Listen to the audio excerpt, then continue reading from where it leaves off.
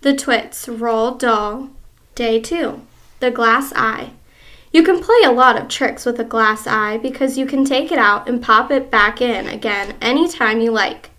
You better bet your life Mrs. Twits knew all those tricks. One morning she took out her glass eye and dropped it into Mr. Twits' mug of beer when he wasn't looking. Mr. Twit sat there drinking the beer slowly. The froth made a white ring on the hairs around his mouth. He wiped the white froth onto his sleeve and wiped his sleeve on his trousers.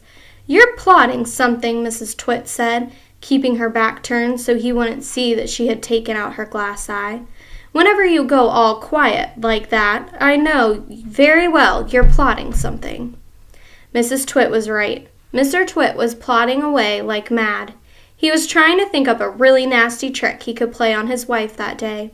"You'd better be careful," Mrs. Twit said, "because when I see you starting to plot, I watch you like a wombat." "Oh, do shut up, you old hag," Mr. Twit said. He went on drinking his beer, and his evil mind kept working away on the latest horrid trick he was going to play on the old woman.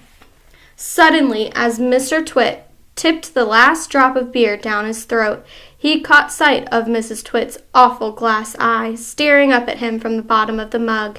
It made him jump. "I told you I was watching you," cackled Mrs. Twit. "I've got eyes everywhere, so you'd better be careful." The Frog.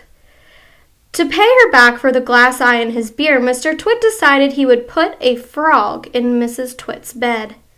He caught a big one down by the pond and carried it back secretly in a box.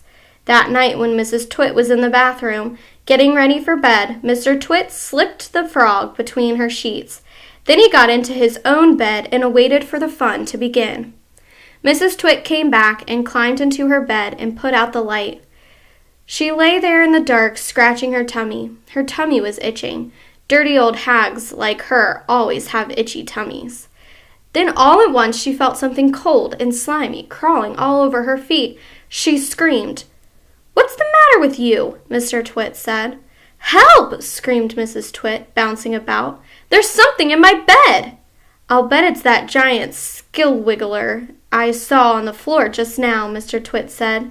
"That what?" screamed Mrs. Twit. "I tried to kill it, but it got away," said Mr. Twit. "It got teeth like screwdrivers." "Help!" screamed Mrs. Twit. "Save me! It's all over my feet!" "It'll bite off your toes," said Mr. Twit. Mrs. Twit fainted. Mr. Twit got out of bed and fetched a jug of cold water. He poured the water over Mrs. Twit's head to revive her. The frog crawled up from under the sheets to get near the water. It started jumping around on the pillow. Frogs love water.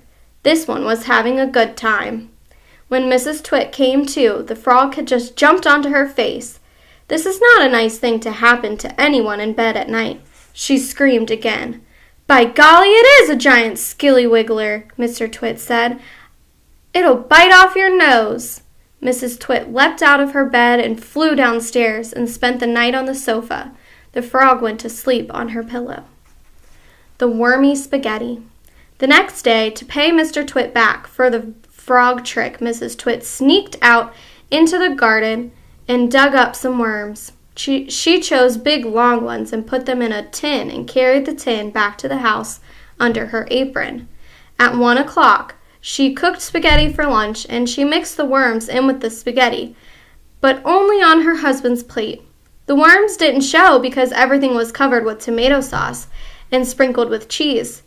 "Hey, my spaghetti's moving," cried Mr. Twit, poking around in it with his fork. It's a new kind," Mrs. Twit said, taking a mouthful from her own plate, which of course had no worms. "It's called squiggly spaghetti. It's delicious. Eat it up while it's nice and hot."